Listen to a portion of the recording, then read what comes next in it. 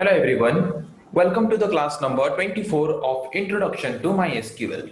In the last class we have completed about different types of single row functions which is used in MySQL. In today's class we are going to discuss about some of the multiple row functions which are used in MySQL. Okay, let's start. So we have already studied what is multiple row functions, which functions we use to perform operations on multiple rows of a table at a time and return a single value as a result. By using which function we perform this kind of operation, these functions are known as multiple row functions. अगर हम किसी भी तरह के function को use करके अगर एक ही बार में मल्टीपल नंबर ऑफ रोज का वैल्यू लेके अगर सिर्फ एक ही result as a output return करते हैं तो वहां पे हम जो फंक्शन यूज करते हैं उस फंक्शन को बोलते हैं multiple row functions. Multiple row functions take multiple number of values as input but provides only one value as output. Okay, these functions are also called as aggregate functions or group functions. We call multiple row functions as aggregate function, as well as we can call it as group function. Okay, by using these functions we can perform operations on multiple rows at a time. Suppose there is a table and there is a mark column or mark field in which multiple number of students mark are available. Okay, if I want to calculate the average mark, then I will take all the value as input and only provide one value as output. Then we can call it the average function is a multiple row function which takes multiple number of values as input and provides only one value as output. Okay, this kind of functions are called multiple row functions. जिस तरह के functions में हम multiple number of row का value input के हिसाब से लेते हैं एक ही बार में और सिर्फ एक ही result अगर वो हमें output के हिसाब से provide करता है तो उस तरह के function को हम बोलते हैं multiple row functions. Okay, तो different types of multiple row functions और aggregate functions हैं जैसे कि max, mean, sum, average, count star, count distinct. Okay तो एक एक करके different type of aggregate functions या फिर मल्टीपल रो फंक्शंस के बारे में पढ़ते हैं। फर्स्ट शुरू करते हैं मैक्स फंक्शन के बारे में। तो मैक्स फंक्शन क्यों यूज करते हैं? This function is used to return the maximum value of the numeric expression on a column. मतलब क्या कि सपोज एक कॉलम है न्यूमेरिक एक्सप्रेशन वाला या फिर न्यूमेरिक वैल्यू वाला कोई एक कॉलम है जहां पे बहुत सारे न्यूमेरिक एक्सप्रेशंस हैं, बहुत सारे न्यूमेरिक वैल्यूज हैं। तो बहुत सारे न्यूमेरिक एक्सप्रेशन में से जो मैक्सिमम वैल्यू है वो मैक्सिमम वैल्यू को रिटर्न करने के लिए हम यूज करते हैं मैक्स फंक्शन को। Okay, this function is used to return the maximum value. इस फंक्शन को हम यूज करते हैं क्या रिटर्न करने के लिए? मैक्सिमम वैल्यू रिटर्न करने के लिए। किसका? Of the numeric expression on a column. कोई भी एक पर्टिकुलर कॉलम में जो जिस कॉलम में न्यूमेरिक वैल्यूज हैं, न्यूमेरिक वैल्यू का ही हम मैक्सिमम या फिर मिनिमम निकाल सकते हैं। तो जिस भी कॉलम में न्यूमेरिक एक्सप्रेशंस हैं या फिर न्यूमेरिक वैल्यूज हैं उन न्यूमेरिक वैल्यूज में से मैक्सिमम वैल्यू जो है वो मैक्सिमम वैल्यू को रिटर्न करने के लिए हम यूज करते हैं मैक्स फंक्शन को। ओके, तो जो भी मल्टीपल रो फंक्शन हम यूज करते हैं सारे मल्टीपल रो फंक्शन एक ही आर्गुमेंट लेते हैं, कोई भी एक पर्टिकुलर कॉलम को एज ए आर्गुमेंट लेते हैं। Okay, it takes one argument as column name. कोई भी एक कॉलम नेम को जिस कॉलम नेम को लेके हम ऑपरेशन परफॉर्म करना चाहते हैं उसी कॉलम नेम को एज ए आर्गुमेंट लेते हैं कौन? हर तरह के मल्टीपल रो फंक्शंस। तो सिंटैक्स क्या है?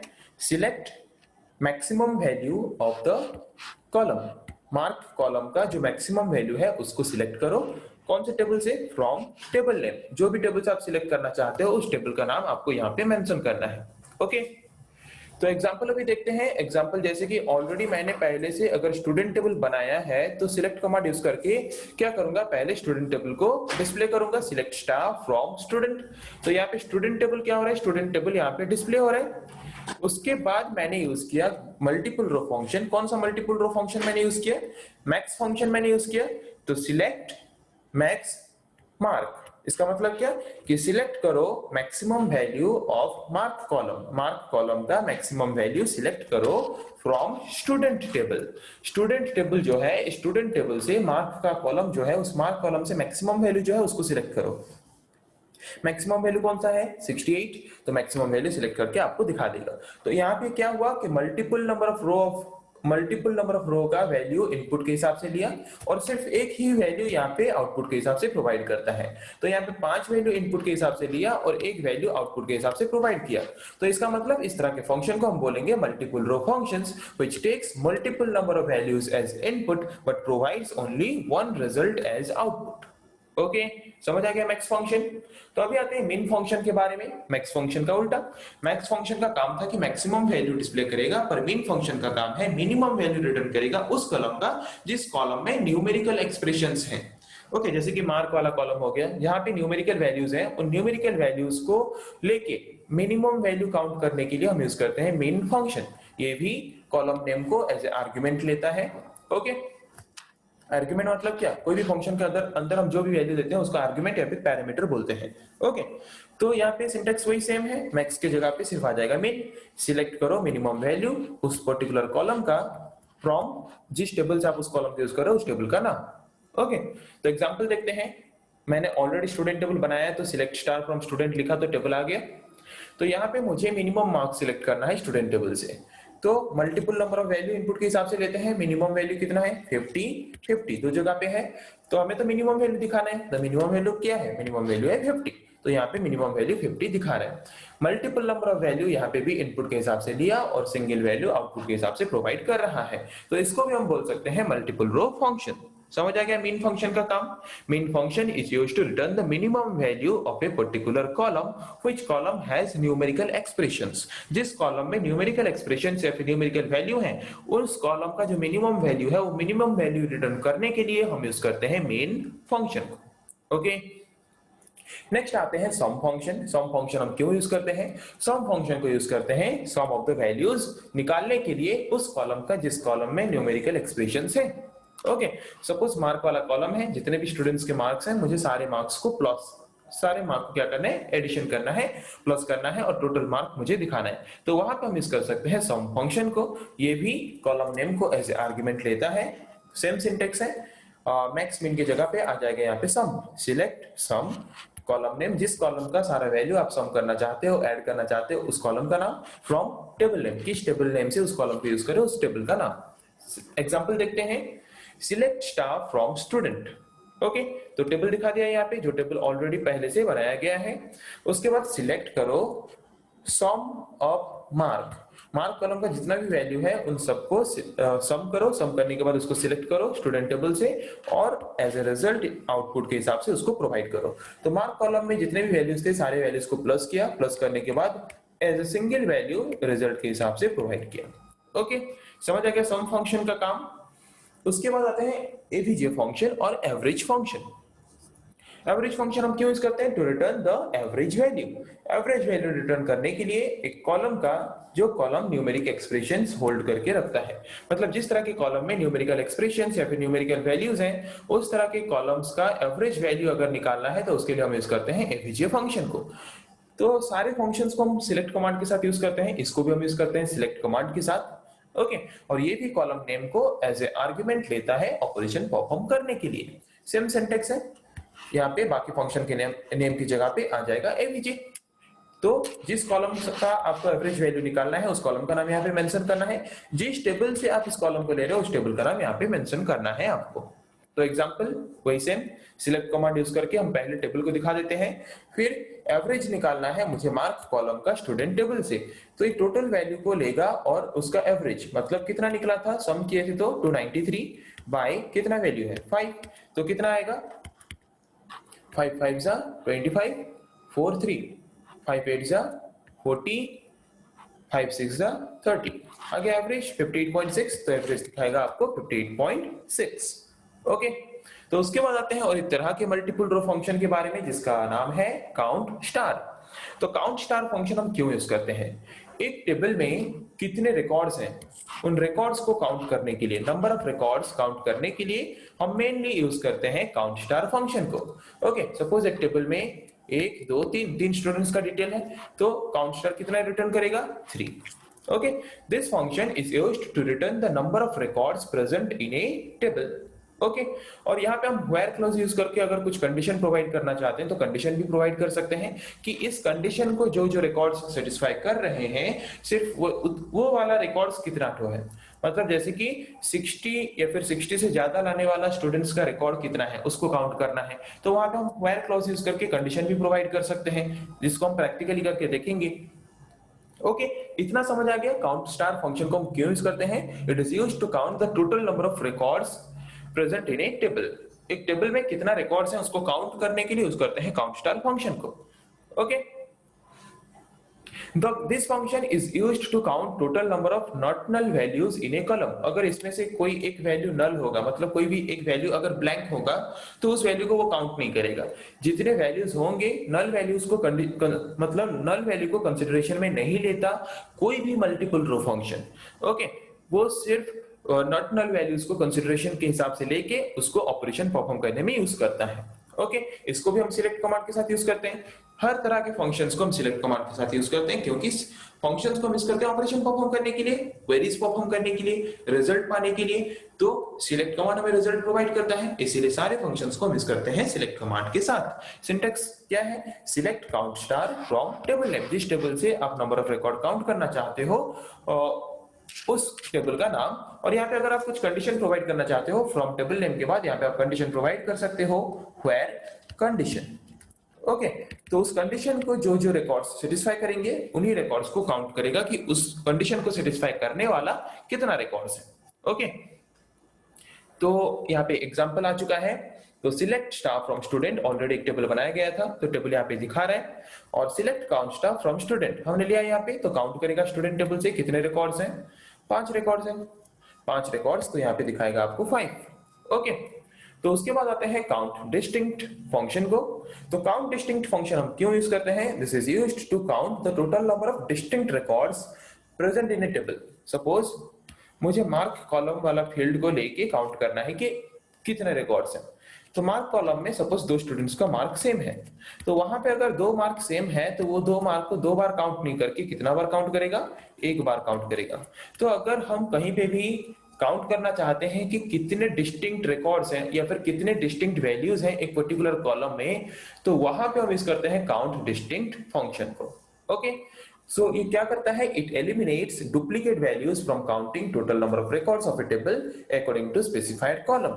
हम जिस कॉलम को स्पेसिफाई किए होते हैं नंबर ऑफ रिकॉर्ड्स काउंट करने के लिए, उस कॉलम में अगर डुप्लीकेट वैल्यूज हैं तो डुप्लीकेट वैल्यूज को क्या करता है, एलिमिनेट करता है और उनको सिर्फ एक ही बार काउंट करता है। मतलब अगर 5 बार है एक तरह की वैल्यू, उसको सिर्फ वो काउंट करेगा 1 बार और हमें बता देगा कि कितने अलग अलग तरह के कितने डिस्टिंक्ट वैल्यूज हैं उस पर्टिकुलर कॉलम में। उसके लिए यूज करते हैं हम काउंट डिस्टिंक्ट फंक्शन को। सेम सिंटेक्स है काउंट स्टार की तरह, बस स्टार की जगह पे आ जाएगा डिस्टिंक्ट, उसके बाद जिस कॉलम को लेके आप काउंट करना चाहते हो उस कॉलम का नाम। ओके, तो यहाँ पे example select star from student लेके हमने टेबल यहाँ पे डिस्प्ले करा दिया। फिर सिलेक्ट काउंट डिस्टिंक्ट मार्क, तो मार्क कॉलम में कितने डिस्टिंक्ट वैल्यूज हैं उसको काउंट करना है। 50 एक बार है, 1 2 50 ऑलरेडी काउंट हो चुका है, तो इसको एलिमिनेट कर देगा, काउंट नहीं करेगा। 65 68, तो कितना बार हुआ, 4 बार, तो यहाँ पे रिजल्ट कितना दिखाएगा, 4। Okay, select count distinct mark from student, तो यहाँ पे कितना दिखाएगा, 4। अगर हम यहाँ पे स्टार लेते, यहाँ पे अगर स्टार लेते कितना दिखाता, 5। समझ आ गया। तो यहाँ पे एक इंपॉर्टेंट नोट है कि जितने भी एग्रीगेट फंक्शंस हैं, जितने भी मल्टीपल रो फंक्शंस हैं, कोई भी multiple row functions null values को कंसीडरेशन के हिसाब से नहीं लेते ऑपरेशन परफॉर्म करते वक्त। ओके, समझ आ गया। तो अभी चलिए देखते हैं जितने भी तरह के मल्टीपल रो फंक्शंस के बारे में हमने पढ़ा, उन सब के बारे में एक एक करके हम करके देखते हैं। तो इसके लिए पहले ओपन करते हैं MySQL कमांड लाइन क्लाइंट को, ओपन हो चुका है। तो यहाँ पे हम पासवर्ड प्रोवाइड कर देते हैं, पासवर्ड प्रोवाइड कर दिया है मैंने। कॉलेज डाटाबेस ऑलरेडी हमने बनाया था पहले से, तो कॉलेज डाटाबेस ओपन कर लेते हैं। ओके, तो यहाँ पे हम एक टेबल क्रिएट करते हैं पहले। Okay, create table student, student table मैंने यहाँ पे क्रिएट किया। स्टूडेंट टेबल में मुझे रखना है कौन कौन सा फील्ड, रोल जिसका डाटा टाइप हो इंट, उसके बाद नेम, डाटा टाइप हो वेरिएबल कैरेक्टर, साइज दे देता हूं 30,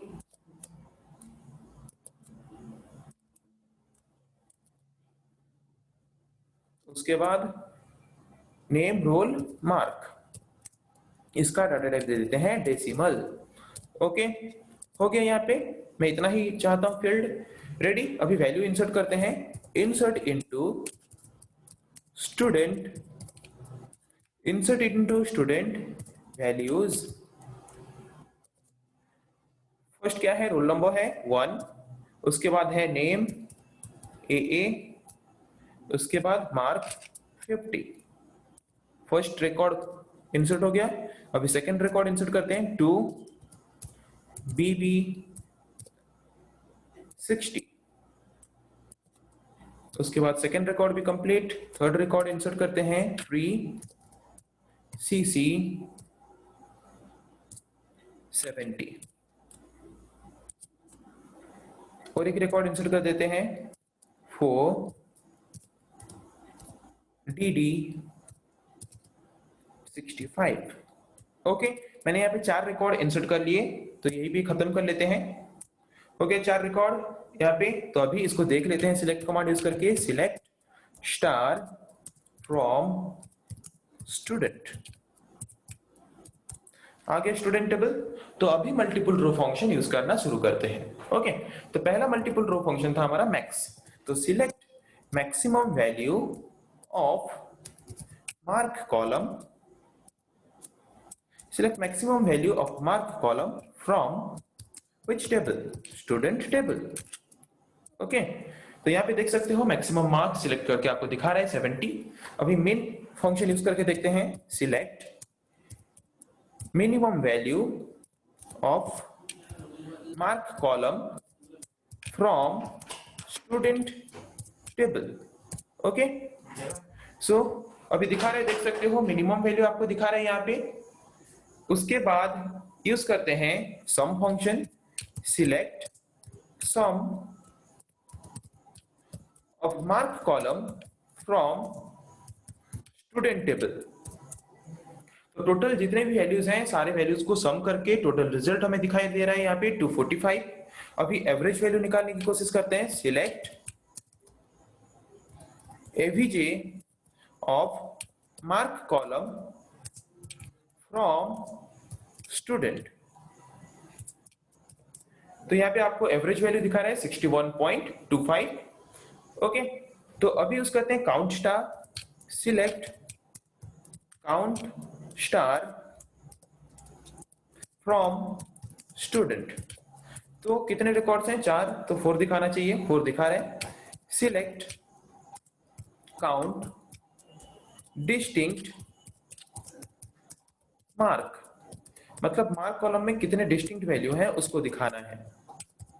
तो यहाँ पे सारे वैल्यूज डिस्टिंक्ट हैं, तो काउंट करके कितना दिखाएगा 4।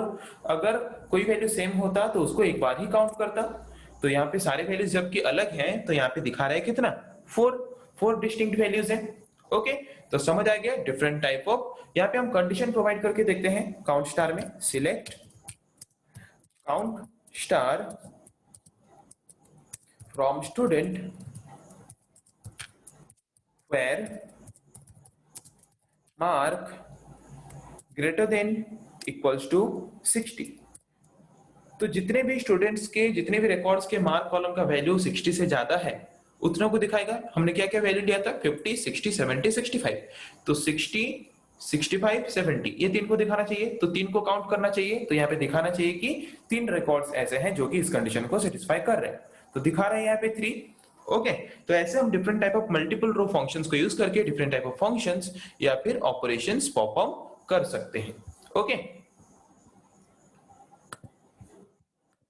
तो आई थिंक आप लोगों को समझ आ गया मल्टीपल रो फंक्शंस क्या है, मल्टीपल रो फंक्शंस हम क्यों यूज करते हैं, और इसको हमने प्रैक्टिकली भी करके देखा। फिर नेक्स्ट क्लास में हम पढ़ेंगे ऐसे और कुछ टॉपिक्स के बारे में। आज के लिए इतना ही, थैंक यू।